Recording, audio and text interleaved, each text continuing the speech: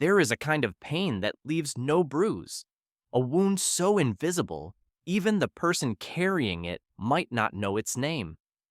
You were a child who learned that your emotions were too much, too loud, or simply unwelcome, so you stopped speaking them altogether. This is the story of emotional silence, the silence that shapes who you become, the silence that quietly rewrites your brain, your relationships, and your sense of self. And the terrifying part? Most people never realize they're living inside it. Let's start with a memory, not yours, but one that belongs to millions. A child sits at the dinner table, eyes filling with tears after a hard day at school. They want to speak, to share what hurts, but before the words can form, a parent cuts them off. Stop being so sensitive. You're overreacting. We don't have time for this right now. The child learns a devastating lesson in that moment. Your feelings are a burden. Your pain is inconvenient. Your inner world is not worth attention. So the child does what any child would do. They adapt. They swallow the tears. They smile when expected. They perform the role of the happy, easy child. But inside, something critical begins to shut down. The emotional language they were supposed to develop, words for sadness, fear, confusion, loneliness, never fully forms. Instead, they learn the language of silence. And silence, as it turns out, is one of the most damaging lessons a child can learn. Psychologists call this emotional neglect. It's not about what happened to you, it's about what didn't happen. It's the absence of attunement, the missing validation, the withheld comfort. Unlike physical abuse, which leaves visible marks, emotional neglect operates in the shadows. There's no dramatic moment to point to, no clear villain, no obvious trauma, just an accumulation of small erasures.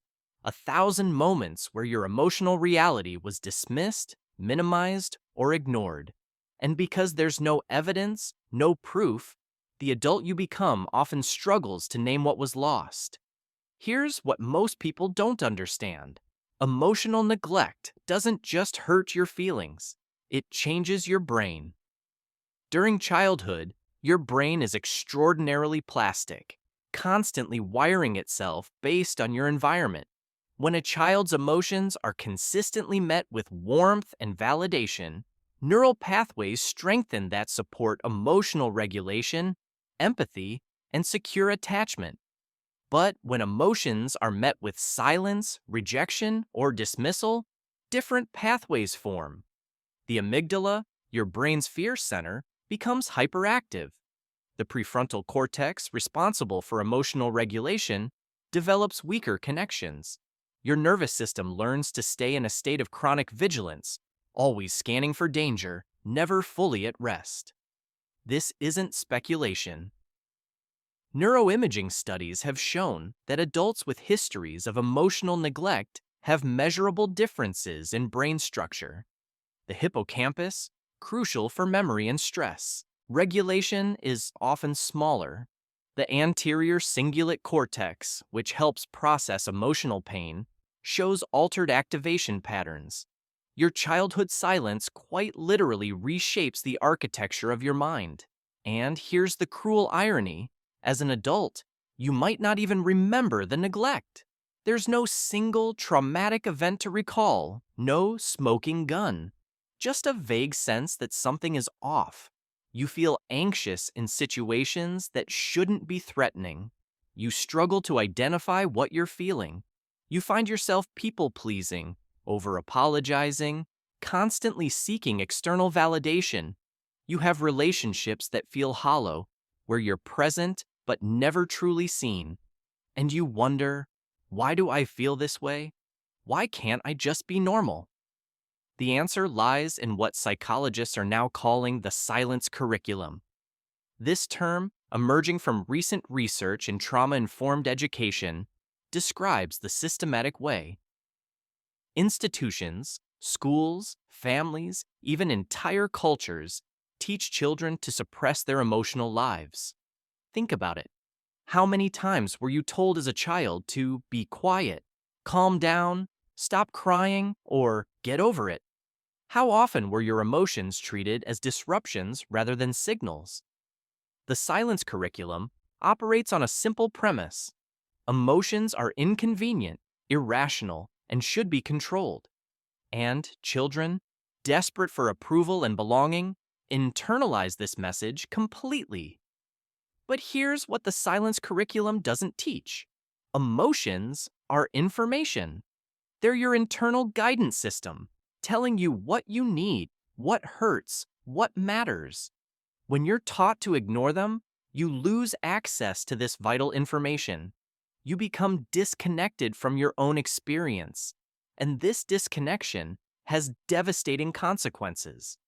Let's talk about what this looks like in adulthood.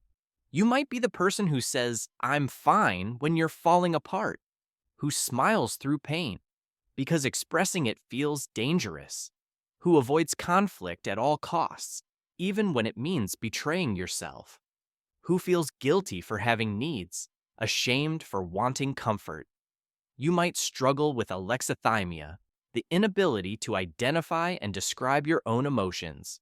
Someone asks, "How are you feeling?" and you genuinely don't know.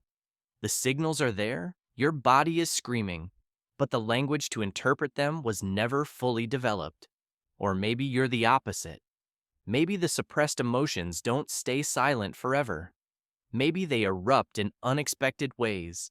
Rage that seems to come from nowhere, anxiety that feels uncontrollable, depression that sits like a stone in your chest. Your nervous system, never taught to process emotions in healthy ways, swings between numbness and overwhelm. There's no middle ground, no emotional equilibrium, just the extremes. Relationships become particularly painful because when you were never taught that your emotions matter, you unconsciously seek partners who reinforce this belief. You're drawn to people who are emotionally unavailable, critical, or dismissive.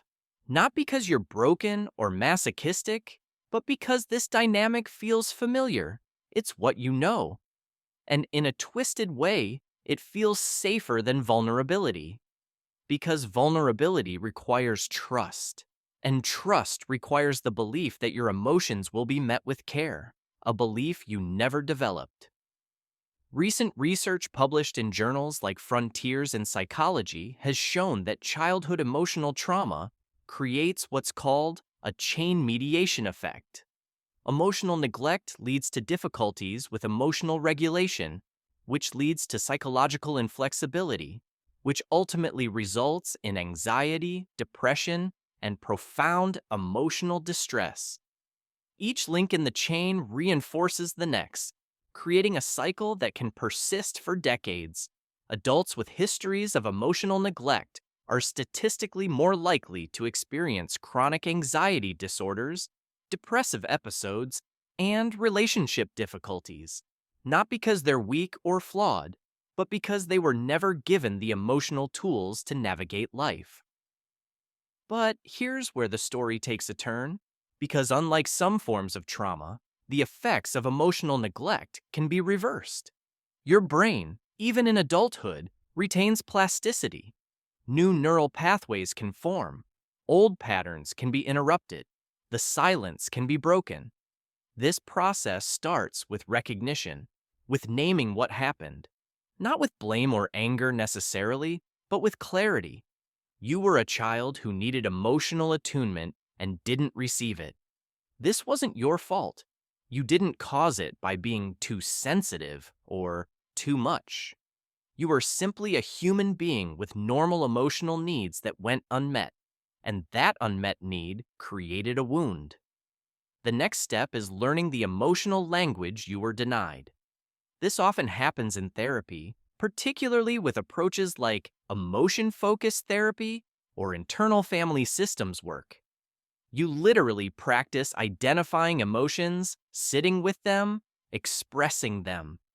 You learn that sadness doesn't kill you, that anger can be healthy, That fear is not the same as danger. You rewire your nervous system, one experience at a time, teaching it that emotions are not threats to be avoided but information to be welcomed. You also learn to grieve, because recognizing emotional neglect means acknowledging a loss, the loss of the childhood you deserved, the parent you needed, the emotional support that should have been there. This grief is important. It's not self-pity, it's honoring the truth of your experience. And in that honoring, something shifts. The shame begins to lift. The self-blame dissolves. You start to see yourself with compassion.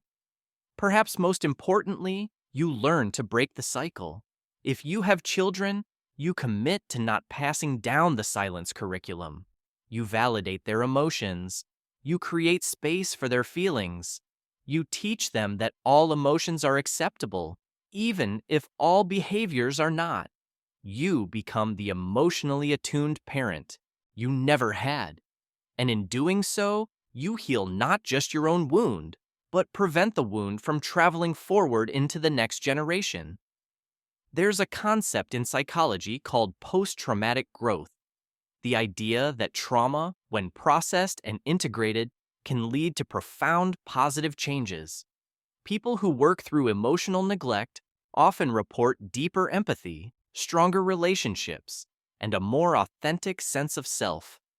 They become exquisitely attuned to emotional nuance. They develop the capacity to hold space for others' pain because they've learned to hold space for their own. The silence that once confined them becomes the very thing that motivates them to speak, to connect, to create environments where emotions are not just allowed, but celebrated. And here's the broader implication. Emotional neglect isn't just an individual problem. It's a cultural one. We live in a society that systematically devalues emotional life. Schools prioritize test scores over emotional literacy. Workplaces reward productivity over well-being. Social media encourages performance over authenticity. The silence curriculum isn't just taught in families, it's embedded in our institutions, our values, our collective consciousness. But change is possible. There's a growing movement toward trauma-informed care, emotional literacy education, and mental health awareness.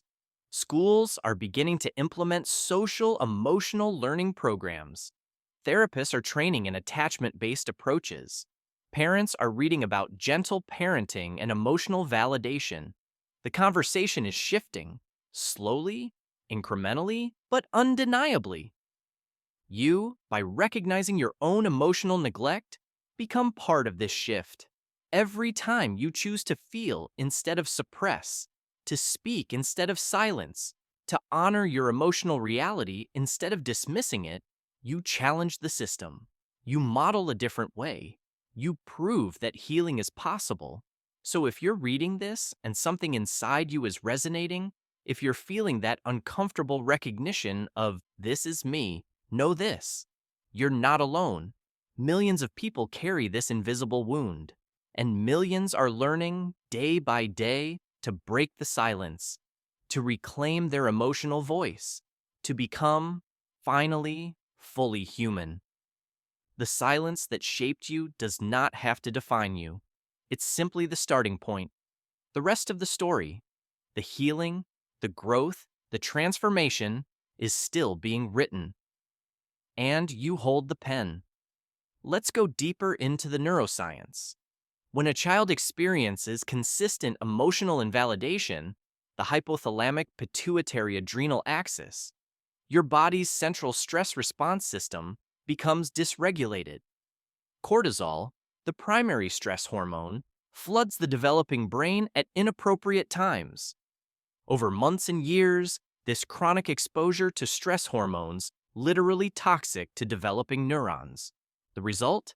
A nervous system that's perpetually on high alert, interpreting neutral situations as threatening, reading safety as a temporary illusion before the next disaster strikes. Consider the work of Dr. Bessel van der Kolk, one of the world's leading trauma researchers. In his groundbreaking book, The Body Keeps the Score, he describes how trauma, including the quiet trauma of emotional neglect, gets stored not just in memory, but in the body itself. Your muscles hold tension patterns learned in childhood. Your breathing becomes shallow when emotions rise, a learned response to make yourself smaller, less noticeable, less burdensome. Your posture might collapse inward, a physical manifestation of the belief that you don't deserve to take up space. These aren't metaphors. They're measurable physical adaptations to an emotionally neglectful environment. There's also the phenomenon of hermeneutical injustice, a philosophical concept recently applied to trauma studies. It describes what happens when you lack the language and framework to understand your own experience. You know something is wrong, but society hasn't given you the words to name it. Parents who are nice but emotionally distant. Childhoods that look fine from the outside but felt hollow within. How do you explain to someone that nothing bad happened, but also everything felt wrong? This linguistic gap keeps survivors of emotional neglect trapped in silence, unable to articulate their pain even to themselves. Let's explore a specific scenario that many adults with emotional neglect histories will recognize: the difficulty with receiving care. Imagine someone offers you genuine kindness. A friend wants to help when you're struggling. A partner expresses concern about your well-being. A colleague asks if you're okay. Your immediate response? Discomfort, perhaps even panic. You deflect, minimize, assure them you're fine, because accepting care requires believing you deserve it. And if your childhood taught you that your needs were burdensome, accepting help feels like confirming everyone's worst fears about you, that you're too much, too needy, too broken. This creates what psychologists call a self-fulfilling prophecy. You push people away to avoid being a burden, which leads to isolation, which confirms your belief that you're fundamentally alone. The very strategy you develop to protect yourself, emotional self-sufficiency, becomes the thing that perpetuates your pain. There's also the complex relationship between emotional neglect and achievement.